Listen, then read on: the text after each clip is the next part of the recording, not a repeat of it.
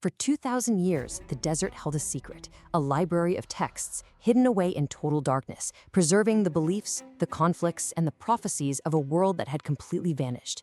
And now, those secrets are finally coming to light. But you have to understand, these aren't just artifacts. They are a direct line to a pivotal moment in human history. It's like a window into the minds of people who genuinely believed they were living at the very end of days. So where does this story even begin? Well, it's not in a university lecture hall or a sterile museum. It begins by pure chance, in the hands of Bedouin shepherds. This is the story of how a collection of brittle ancient scrolls found in caves near the Dead Sea would go on to challenge everything we thought we knew about the origins of the Bible itself. It starts in 1947, the first scrolls surface, but they're initially just dismissed as worthless pieces of old leather. But then, by 1952, with the discovery of what's known as Cave 4, the true scale of this ancient library just explodes. We're talking about a staggering collection of thousands upon thousands of fragments. It was a vast, shattered puzzle, and every single piece was historically priceless. Amid all of that early skepticism, one man saw their profound worth.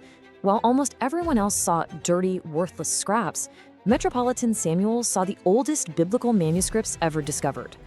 He understood immediately that these were not just relics, but a direct link to the ancient past, a voice calling out from the time of the Second Temple. And this description, I think, perfectly captures the kind of person it took to champion these scrolls. You needed someone with both a gentle faith and a fierce conviction to see the incredible significance hidden in these fragile remnants and to finally bring them to the world's attention. So, with the scrolls secured, a whole new investigation began. Who were the people who wrote these texts? What kind of community would hide an entire library from the world? The parchments themselves held the clues, a dramatic story of devotion, betrayal, and a deep, irreconcilable conflict. And at the heart of their writings is this bitter, personal feud. The scrolls speak of two central figures locked in a kind of spiritual war. The teacher of righteousness, this revered leader who led their community out into the desert, and his sworn enemy, the wicked priest, who was a symbol of all the corruption they believed they had fled from in Jerusalem. So who was this teacher? I mean, for over 60 years, scholars have been debating his true identity. Could he have been Onias III, the last legitimate high priest whose murder is actually described in other histories? Or maybe another major figure, like John the Baptist, or even James, the brother of Jesus. The scrolls give us a profile, but the name is still elusive. He's like a historical ghost at the very center of this entire mystery. And you have to realize, this wasn't just some polite religious disagreement. The leading theory suggests this was a violent political power struggle. If Onias III really was the teacher, then the wicked priest was the man who usurped him, Menelaus. And that reframes this entire library of scrolls as the product of a massive schism that tore right through the heart of Second Temple Judaism. But this community wasn't just recording its own history. They were actively preparing for the end of history itself. Among the most startling discoveries was a text that we now call the War Scroll.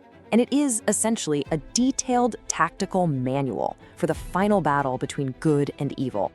And let me be clear, this was no metaphor. The scroll lays out a meticulous 40-year plan for a literal war that they believed would engulf the earth and the heavens. It details military strategy, weaponry, and even the divine timeline for the world's final, inevitable conflict. Their worldview was incredibly stark, just black and white. They saw themselves as the children of light, and they believed they would fight alongside God's angels against the children of darkness, which was basically a coalition of their political enemies and all the demonic forces of the world. For them, the lines were very, very clearly drawn. And this gets to their ultimate conviction. They believed their military efforts were only part of the story. The final victory would not be theirs to win. It would be God's. For them, history wasn't just a random series of events. It was a divinely written script, and it was hurtling towards a violent and totally predetermined climax. For decades, the focus of the scrolls was all about their content. The prophecies, the community rules, the hidden histories. But slowly, an even more profound secret began to emerge. And this one was hidden not in what the text said, but in what they were. This simple question would lead to a discovery that fundamentally challenged our modern ideas about the Bible. And it turns out, the most world-shaking revelation wasn't some secret prophecy, but something far more basic, something inscribed in the very animal skins the texts were written on. This discovery just completely upends the modern assumption of a single, stable biblical text passed down perfectly through generations. Qumran revealed a totally different reality. Its library had multiple, different versions of books like Psalms, Deuteronomy, and Jeremiah, all stored together and all apparently considered authoritative.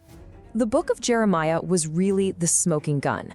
Researchers found two distinct versions. One, written on sheepskin, was pretty close to the text we have today. But another one, written on cowhide, represented a completely different textual tradition. And they weren't correcting one another, they simply coexisted. There's a name for this phenomenon: textual pluriformity. And what it suggests is that back in the Second Temple period, the whole concept of a single fixed Bible, as we think of it, well, it didn't really exist yet. Authority came from the divine message and its correct interpretation, not from a perfectly standardized string of words. The idea of one uniform text would only come much, much later. But the investigation into the scrolls is far from over. Today, the tools aren't just linguistics and history. Now, we're talking about DNA sequencers and artificial intelligence. Modern science is unlocking secrets that have been sealed in animal hides for millennia. It's incredible. By analyzing ancient DNA that's been preserved in the parchment, scientists can tell exactly which animal a tiny fragment came from. This lets them digitally reassemble the original scrolls, matching fragments not just by handwriting, but by the genetic signature of the animal itself. It's like a genetic jigsaw puzzle. And this DNA evidence led to a stunning revelation. The cowhide, well, you don't find many cows wandering around the Judean Desert. This meant that variant copy of Jeremiah must have been imported. The textual diversity they found at Qumran wasn't just the weird practice of some isolated sect. It was a reflection of the entire Jewish world at the time, a world where multiple versions of scripture circulated freely. And the technology just keeps getting better. Artificial intelligence, like DeepMind's Ithaca algorithm, is now being used to restore damaged ancient texts. And what's really cool is that while the AI alone is pretty accurate, its success rate climbs even higher when it's paired with a historian's expertise. It's creating this powerful synergy between human knowledge and machine learning. You know, when you really think about it, the discovery of the Dead Sea Scrolls was like finding a lost chapter of our own story. They revealed a world that was so much more complex, more diverse, and more dynamic than we ever imagined. And as our technology gets more and more powerful, these ancient voices from the desert, they continue to speak, promising that maybe, just maybe, the greatest secrets are yet to come.